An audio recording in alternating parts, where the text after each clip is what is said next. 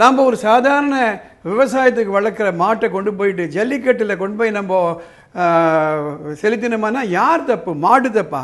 நம்ம தப்பா?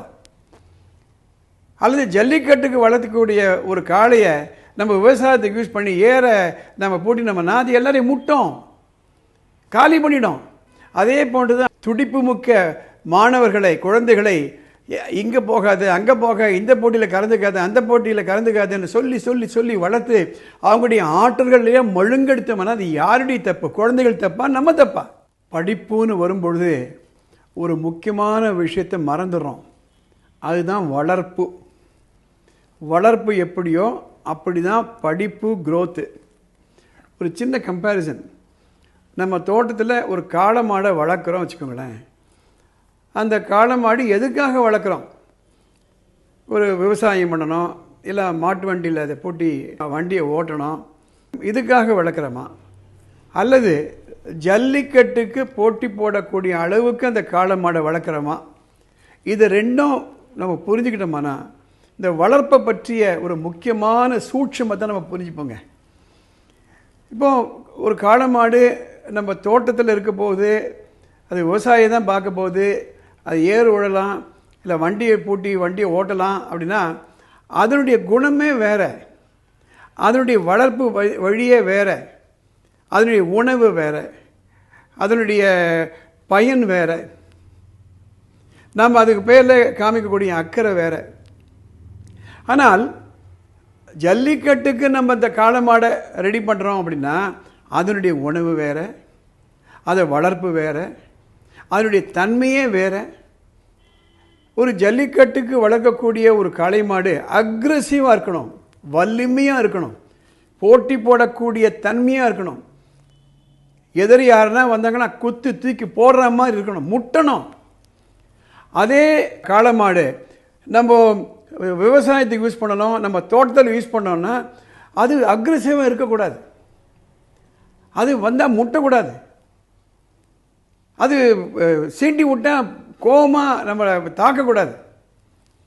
இதை நம்ம புரிஞ்சுக்கணும். அதே போல் தான் குழந்தை வளர்ப்புன்னு வரும்பொழுது என் பையனை ஐஏஎஸ் ஆக்கணும், என் பையனை ஒரு சார்ட்டர்ட் அக்கௌண்டன்ட் ஆகணும், அவன் ஆல் இண்டியா ரேங்க் வாங்கணும், என் பொண்ணை கோல்டு மெடலிஸ்ட்டு ஷட்டில்காக் வளர வைக்கணும், என் பையன் ஒரு குகேஷ் ஆட்டம், ஒரு பக்னானந்தா ஆட்டம், ஒரு விஸ்வநாதன் ஆனந்த் ஆட்டம் செஸ்ஸில் சாம்பியன் ஆகணும். அந்த ஒரு கோல் உங்களுக்கு இருந்ததுன்னா ஜல்லிக்கட்டு காளையை வளர்க்குறது எப்படியோ அது போன்று அவங்களுடைய பழக்க வழக்கங்கள், அவங்களுடைய வளர்ப்பு விதம், அவங்களுடைய ஃபோக்கஸு எல்லாமே வித்தியாசமாக இருக்கணுங்க. நாம் ஒரு சாதாரண விவசாயத்துக்கு வளர்க்குற மாட்டை கொண்டு போயிட்டு ஜல்லிக்கட்டில் கொண்டு போய் நம்ம செலுத்தினோம்னா யார் தப்பு? மாடு தப்பா? நம்ம தப்பா? அல்லது ஜல்லிக்கட்டுக்கு வளர்த்துக்கூடிய ஒரு காளையை நம்ம விவசாயத்துக்கு யூஸ் பண்ணி ஏற நம்ம பூட்டினோம்னா அது எல்லாரையும் முட்டோம், காலி பண்ணிடும்.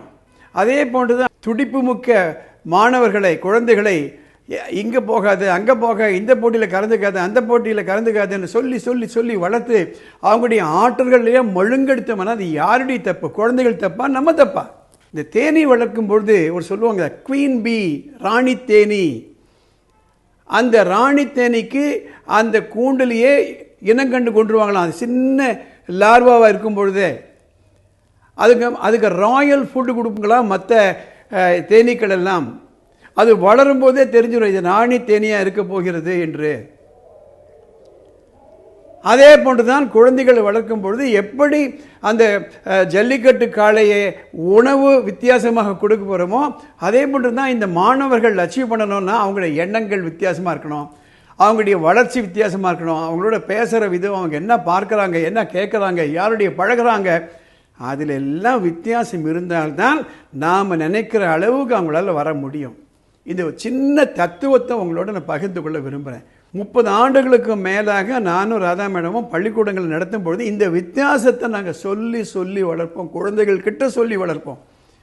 உலகம்னா எப்படி இருக்குது, எவ்வளோ போட்டி இருக்குது, நீ எவ்வளோ மார்க் வாங்கணும், இப்போ எவ்வளோ வாங்கிட்டு இருக்க, ஏன்பா நீ ஐஐடி படிக்கணும்னு சொல்கிறீங்க, இப்போ 8th வந்திருக்கியே, இப்போ எவ்வளோ நார்மலாக வாங்கிட்டு இருக்க, ஒரு 10th ஒரு குழந்தை வந்துட்டான்னா நீ நீட்டு கிராக் பண்ணணும்னு சொல்கிறியே, பயாலஜி எவ்வளோ வாங்குற, கெமிஸ்ட்ரி எவ்வளோ வாங்குற, ஃபிசிக்ஸில் எவ்வளோ வாங்குற, எவ்வளோ வாங்கணும், இப்போ எத்தனை மணிக்கு எழுந்திருக்கிற, எத்தனை மணி தூங்குற, ஒரு நாளைக்கு எவ்வளோ மணி நேரம் நீ முழிச்சிட்டு இருக்க, அந்த முழிச்சிட்டு இருக்க நேரத்தில் எவ்வளோ நேரம் படிக்கிற, உன்னுடைய நண்பர்கள்லாம் யார், வகுப்பில் நீ எப்படி இருக்க, நீ ஒபீடியண்ட்டாக இருக்கியா, ஒழுக்கமாக இருக்கியா, உன்னுடைய ஹோம்ஒர்க்லாம் ஒழுங்காக பண்ணுறியா, ஆசிரியருக்கு மரியாதை கொடுக்குறியா, இதெல்லாம் சொல்லி சொல்லி வளர்க்கலைன்னா நம்ம எதிர்பார்ப்புகள் ஏமாற்றமாக தான் ஆகுங்க.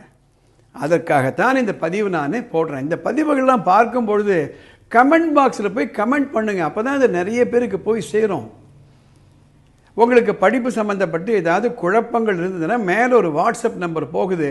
அந்த நம்பருக்கு ஒரு சிறு செய்தி ஒன்று, either you can send a voice message or you can send a text message. I will go through that and try to cover it in my next episode. On behalf of வானமே எல்லை அறக்கட்டளை சார்பாக இந்த பதிவுகள் எல்லாம் ஏற்றிட்டு வரோம். இந்த channel subscribe பண்ணுங்கள். அடுத்த எபிசோடில் பார்க்கலாம்.